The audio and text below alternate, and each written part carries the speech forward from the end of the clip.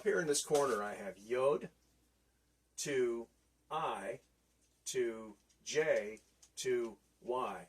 When we talk about the name HAYAH, this I-A-H spelling from the 1560 Geneva Bible, well, when they changed that, they changed it to a J, right? So then it became J-A-H.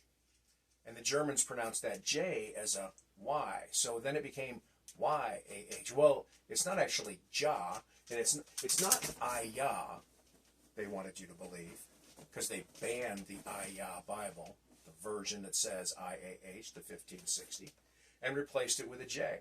So it's not HAYAH, it's Jah with a J. Well, it's sort of Jah with a J. It's actually that J is a Y. So we're going to use the Y instead of the J. So it went from Yod in Yod He HAYAH. It went from that short form to, so it went from Yod or Ayod, as in iota. It went from Ayod or Yod to I, and then to J, and then to Y. Why not Y? Why didn't they just use a Y in the beginning?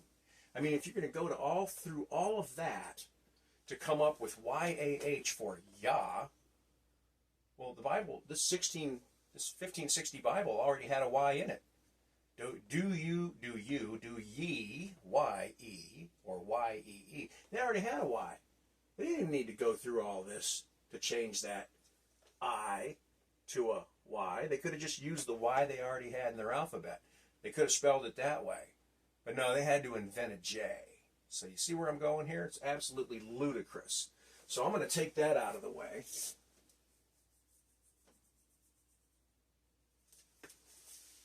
And now we're going to talk about this. On that day in Zion, when whosoever calls upon the name of the Lord shall be saved. Joel 2:32. That whole Joel thing in Joel 2 talks about the rapture. Praise him by his name, HAYAH, I-A-H, in the 1560 Bible, which would be this spelling, Aleph, Hey, Yod, Hey, in the Hebrew. In the English, H-A-Y-A-H, and that's the current English because the Strong's Concordance spells the verb lowercase H-A-Y-A-H. So we're going to use the uppercase, all uppercase, like they spell Lord, to distinguish his name from the verb. And so if we praise him by his name on that day in Zion, then we need to know the day in Zion. I don't have that written down, but it is October 23rd. 2024, that will be the next one. And if he doesn't fulfill it this year, we'll do the same thing on the next tabernacles and the next tabernacles and the next tabernacles. Because the Jews have been waiting for Elijah. They're waiting. They want to see Elijah. And every year for 2,600 years or so, they have set a seat at the table. They have left the door open. They pour a fourth glass of wine. They put food at the table for Elijah, hoping and praying that he will come. And they've done that for thousands of years. Okay, well, we're going to do this. We're going to praise him by his name on that day in Zion this year.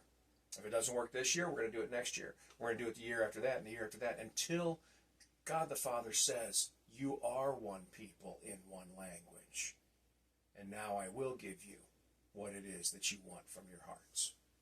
So praising him, how would we do this? Well, I say we use Kumbaya. You've heard the song Kumbaya? Kumbaya? Well, I tell you, that's actually Kumbaya, and at one point they knew it. Kumbaya, not the B, just the Ayah. Kumbaya, Kumbaya, Kumbaya. Jesus, Iesus, said, Talitha Kumi, arise. And it's written of in Matthew 9:25, Mark 5:41, and Luke 8:54. And in Luke, it's Ehiro, which I have no idea if I'm pronouncing that right, but it's the G 1453 in the Strongs. In Matthew, it's Ehiro, 1453 Greek in the Strongs. But in Mark, he says, Iesus said, Talitha Kumi, which is translated or which is called Kum, K-O-U-M in the Greek, 2891, and I don't know the Hebrew letters, but it's H 6966 in the Hebrew. So they give us the exact Hebrew word, kum, and then they transliterate the Hebrew letters into the Greek letters, producing the same sound as kum. And since Mark was filled with the Spirit by the time this was written, we know that kum is a proper word that has not changed. Jesus would not, Ayasu Baraya, the Messiah, Jesus, would not let people speak improperly, especially when they're presenting the gospel. So I'm going to trust in that. Mark had the Spirit, and the Spirit said kum, and made sure that he gave us this word with that understanding that it was from the Hebrew, now in the Greek. And we're going to use kum as one of the words in the pure language of Zephaniah 3:9, because he says God's going to return us to a pure language so that we can come together as one, worshiping him, serving him in one accord, which means as one people. So we get the one language from Zephaniah 3:9, we get the one people from Genesis 11:6, and we come together on the one day from Joel 2:32, and the understanding of the Shalosh Regalim, the three feasts that are fulfilled by the Son first, by the Spirit second, and by the Father third, which will be tabernacles. And on that day that we're talking about, we praise him. Kum Bayah, question mark. No, Kum Ayah, come Father, come God, arise. Arise for your people. Todah lecha, thank you. That's in Hebrew. I'm going to trust that Todah lecha hasn't changed, because there's no reason to change it. It doesn't alter the gospel. It doesn't hide anything to say thank you. And they currently use that. So Todah lecha ayah. Kumaya, kumaya, kumaya. Baruch atah ayah. Blessed be ayah. Thank you, ayah. Blessed be ayah. Kumaya, kumaya, kumaya. Alleluia, ayah. Alleluia, ayah. Praise be. Revelation 19, 1, 3, 4, and 6 in the 1650 Bible, in the 1560 Bible, spells hallelujah as alleluia with a soft H. Because in the Greek, there is no H. And it's alleluia, written in Greek, written in Hebrew, transliterated into the English alphabet, and means praise be.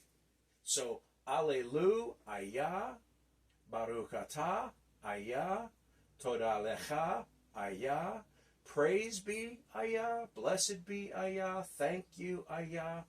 Psalm 22:3, he inhabits the praises of his people. How is that possible? Because every time the people say praise be, using the word alleluia, ayah inhabits that praise. His name is literally within the word that means praise. So he does, in fact, inhabit the praises of his people quite literally. And by saying it, he is there, wherever two or more come together in his name. Well, I thought Jesus said that. That is Jesus' name. That's one of his names. That is the name of the Father, the name above every other name that was given to Jesus. For he was given a name, Ayah, greater than any other name, Ayah. So that at the name of Ayah, where's Jesus? Ayasu. So that at the name of Ayasu, every knee would bend. Every tongue would confess. Ayah is a confession that Ayah is the father of Ayasu. And then Bar Ayah, literally, Ayasu, the son of Ayah. That at the name of Jesus, of Ayasu, every knee. You know where I'm going. I got a couple more seconds. Psalm 22:2, I will declare thy name to my brethren in the congregation. We're declaring his name, and we will be doing so on that day, and he will answer, and then the Jews will believe. God bless and take care. This is the fullness of the Gentiles.